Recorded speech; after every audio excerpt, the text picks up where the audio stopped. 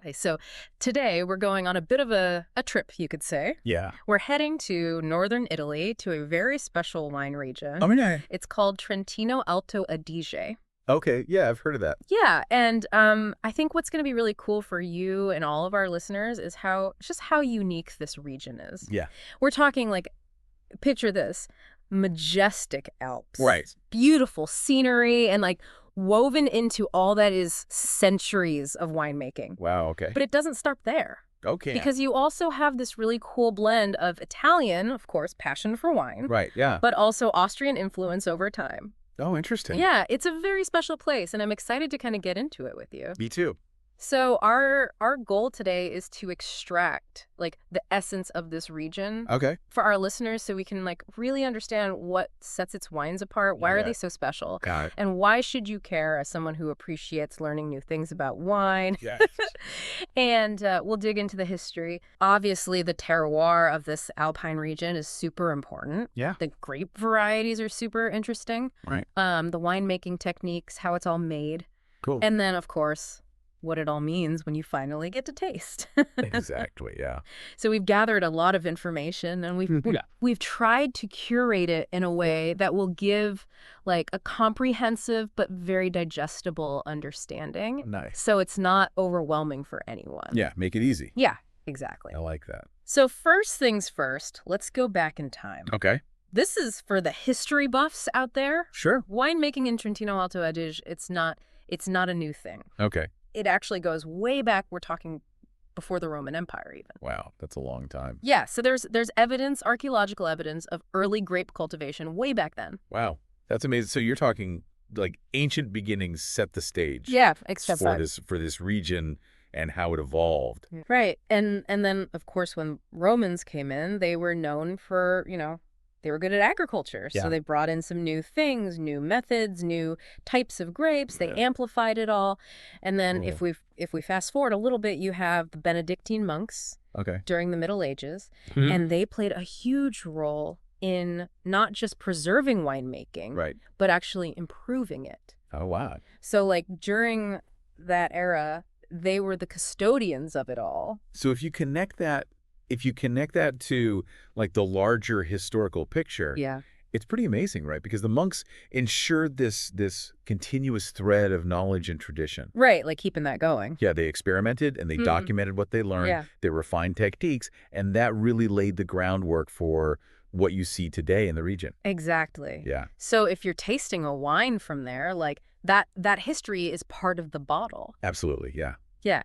And then to add another layer, you have the impact of Germanic cultures, Oh, wow. especially in the Alto Adige part. Okay. And they brought, different grapes with them, varieties like Riesling, Gewürztraminer, Pinot Blanc, and those became popular. And even the styles of winemaking were influenced by that. Wow. So you're saying it's like this tapestry of heritages, Yeah, it's like a mix. and you can taste it in the glass. Yeah, and that actually leads us to the DOCs, Okay. the denominations of origin, which, they're all about quality and protecting the unique identity of the region. Makes sense. So the key ones to know are Trentino DOC and Alto Adige DOC, which is also called Südtirol DOC. Okay. It's the same thing. It's just in German. And Right. it's really important to remember that while both are focused on quality, the Alto Adige DOC, it's generally known for having stricter rules. Oh, interesting. Yeah, it has a reputation for like really high quality wine. Yeah. Yeah. And especially its white wines, which, we'll get into. Yeah. But there are also,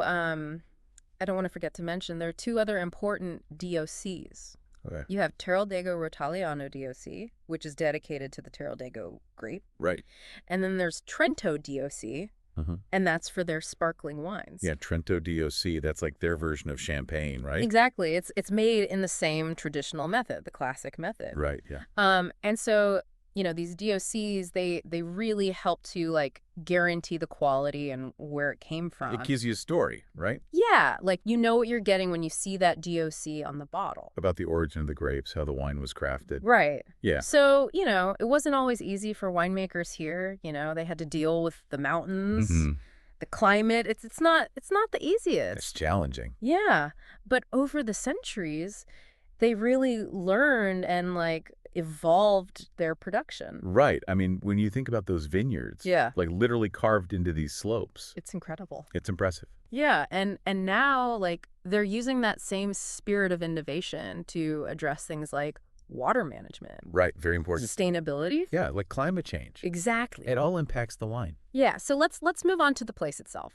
Yeah. You know, the Alpine terroir, this Yeah. is what really makes the wines unique. Absolutely. So first, let's talk about the climate. Okay, so you've got a continental climate there. Yeah. So you're talking cold winters, mild summers, lots of sunshine. Right. But what's really fascinating and what really affects those wines is the diurnal temperature variation. Okay, I think we need to explain diurnal for those who might not know. Of course, yeah. Yeah. Basically, it means the difference between the daytime highs and the nighttime lows. Okay. And in Trentino-Alto Adige, especially at the higher altitudes, that difference is quite big. Okay. And this is key because it allows the grapes to get, fully ripe Right. during the warm days. Yeah. So you get the sugars, Mm-hmm. the flavors, Mm-hmm. but then the cool nights help them retain their acidity. Oh, okay, so it's like a perfect balance. Exactly. That balance it's fundamental to the freshness of the wine That makes sense. and how well it ages. Yeah, like getting the best of both worlds. Exactly. That's a great way to put it. Okay, and what about the soils? I've heard there's a lot of variety. Yeah, you're going to find a real mix of soil types there. Okay. You'll see calcareous, granitic, clay, gravel. And what's interesting is how each of these soils contributes something unique Oh, wow. to the wine, for instance. You'll often find Pinot Grigio doing really well on calcareous soils, Okay. which, gives it that lovely minerality Yeah. and acidity. Yeah. But then you have Riesling, which often excels on granitic soils. Okay. And that contributes to its aromas Right. Right. and its crispness, and clay soils. They can add body richness Okay. to the wines. And then gravelly soils are great for drainage, Right. which leads to more concentrated flavors. So it's not just the ground. Right. It's really impacting the taste. It's like a fingerprint Yeah. in Yeah. the wine. And then, of course, you have the two subregions, Trentino and Alto Adige. Right. They both have their own distinct characters, which affects the wines. Yeah. So while they share the Alpine influence, Yeah. Trentino is generally warmer.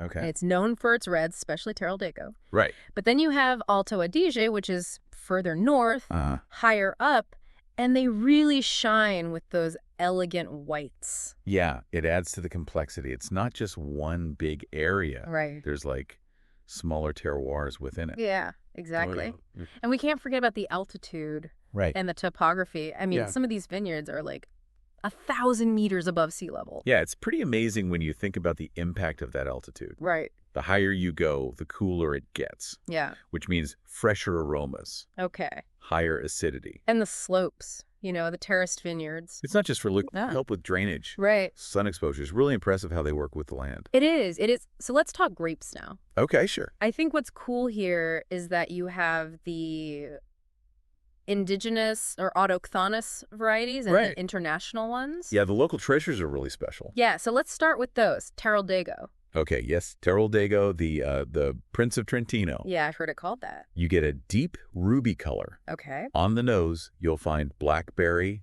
Yeah. plum, Okay. earthy notes, firm tannins, but it softens with age. Okay. And that vibrant acidity keeps it interesting. So it ages well, you're saying. Oh, yeah. Okay, what about Lagrange? Lagrange, another great one. This one's from Alto Adige. Okay. Dark ruby as well. You often get black cherry on the nose, Mm-hmm. violet, a hint of spice, Interesting. and they make it in different styles. Oh, So you have the Rosso, which is lighter, okay. more red fruit, and then the Rosato, Okay. which is also called Kretzer. I've seen that. It's a nice, refreshing rosé. Oh, that's nice. What about Chiava? Chiava, that's a lighter red, so if you Yeah. prefer something delicate, that's Okay. a good choice.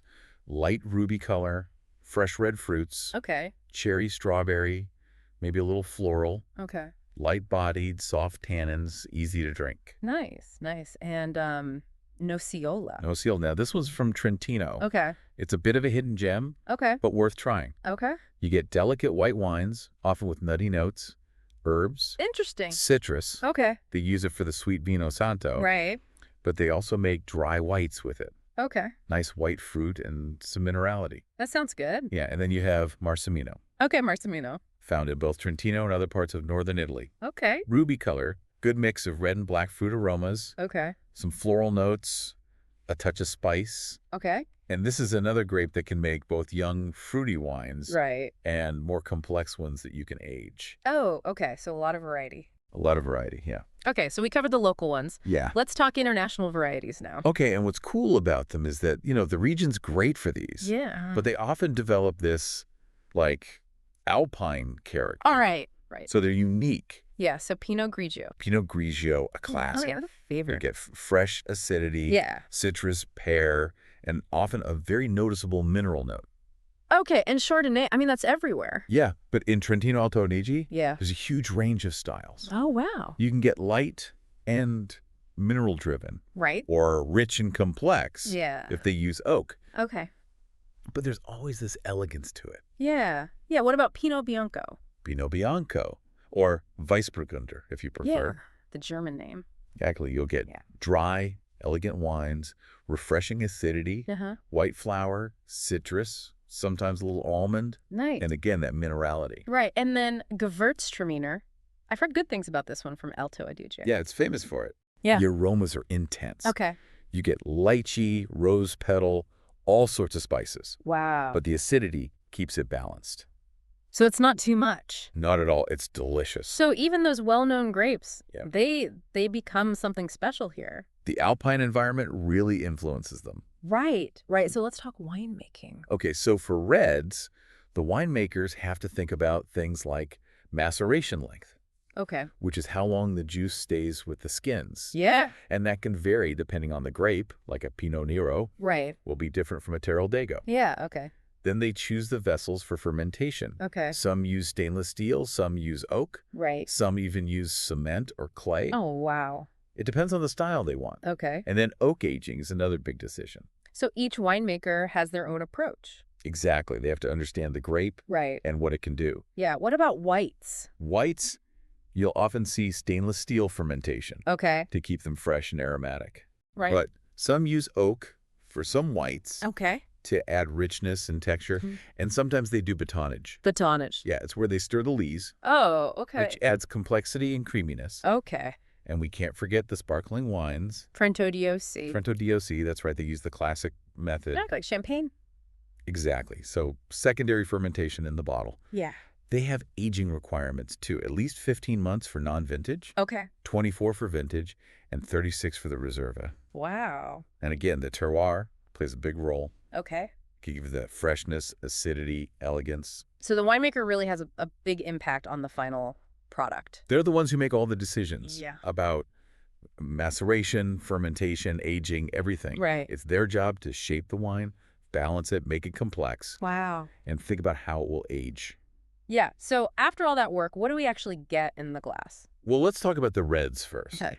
Remember, Terroir with its dark fruits, tannins, acidity. Yeah. Very distinct. Then Lagrange with its darker fruit, floral notes, Right. sometimes lighter and fruity, sometimes more spicy. Okay. And then Marzemino with those red and black fruits, Yeah. generally lighter and easy to drink. Right. And the Alpine climate Yeah. adds that freshness to all of them. Exactly. And the whites, what about those? So Pinot Grigio, you get that crisp acidity, Yeah. citrus pear, mineral notes. Oh. Chardonnay can be lean and mineral Yeah. or rich and oaky, Yeah. but always elegant. Yeah. And Gewürztraminer with Yeah. its lychee and rose. Wow, and those spices, so aromatic. And Pinot Bianco. Pinot Bianco, delicate floral, citrusy, That is. crisp finish. And Trento DOC. Ah, the bubbles, they have this fine, persistent pearlage. Okay. The aromas are complex, bread crust, yeast, Oh. some fruit, and that great acidity makes them so versatile. Yeah. And they make them in a range of styles, from dry to sweet. Nice. Any tips for tasting these wines? Well, pay attention to the serving temperature. Whites and sparkling should be chilled. Yeah. Reds, a bit cooler than room temp. Okay. Use the right glassware. And really try to focus on those terroir characteristics. Yeah, like the minerality. Exactly. The freshness, the unique fruit flavor. Like the food pairings. Oh, the food. It's incredible. Yeah. So speck, the smoked ham, Yeah. goes great with Gewürztraminer or Müller-Thurgau. Okay. Yeah, Apples with Pinot Grigio or Sauvignon Blanc. makes sense. Mushrooms with Pinot Nero. Okay. Polenta with Lagrange or Merlot. Nice. Schlotzkropfen, the filled pasta Yeah. with Chardonnay or Pinot Bianco, Right. Canet d'Urly, the bread dumplings, Uh, with Terroir, okay. game with La Grain Reserva, or Cabernet Sauvignon. Wow. Freshwater fish with Pinot Grigio or Sylvaner. So many options. So many options. And can you go beyond the regional cuisine? Oh, absolutely. Yeah. The white wines are great with seafood, Right. lighter dishes. Okay. The reds can handle pasta, grilled meats. Yeah. Trentino-Alto is perfect as an aperitivo, or even with richer dishes. So it's really versatile. Very versatile, yeah. So big picture now. Okay. The market, the future, what's going on? Well, the DOC system is key. Right. It protects the quality, promotes the wines. Yeah. Are there any producers we should know? Oh, yeah. So in Alto Adige, there's Alois Lager, Cantina Torlano, Elena Walsh, Okay. Franz Haas, Jay Hofstetter, Cantina Ketmir, Wow. all known for their high quality. Okay. And then in Trentino, you have Ferrari, Elisabetta Foradori, Cantina Toblino, Okay. Cavite, Maso Martis. It's good to have some names. Yeah, and the trends are good for the region. Okay, that's good. There's a demand for good white wines. Yeah, makes sense. For sparkling wines. Trentino-DOC. Exactly. And people are looking for cooler climate wines. Right. Wines with freshness, elegance, and unique grapes. Yeah, yeah. Like Terroir and La Grain. Okay. And sustainability is becoming more important, Right. which is good for Trentino-Alto Adige. Are there any challenges, though? Well, competition is always tough. Climate change is a big concern. Yeah. Especially for high-altitude vineyards. Right. And some smaller producers might struggle with scale. Okay. And they need to get the word out Yeah. about their unique wines. Right. Make people want to try them. Exactly. And they need to develop tourism, Yeah. but in a way that's sustainable. Right, right. So there are challenges, but there's also a lot of potential. Yeah. So to wrap it up, what should we remember? Remember that this is a special region Yeah. where you have this amazing mix of Alpine terroir and culture. Right. The wines are fresh, elegant, mineral. They have a real sense of place. Okay. And there's this balance between tradition and innovation. Yeah, I definitely see that. It's what makes the wine so good. So next time you're picking out a bottle, Yeah. think about Trentino-Alto Adige. Give them a try. Yeah, you might find a new favorite. And remember, the most important thing Yeah. is preserving the land, Right. the culture. That's what makes the wine special. It's all connected to... Yeah, it's a fascinating region. Yeah, it really is. So go explore it. Yeah, one sip at a time. Exactly.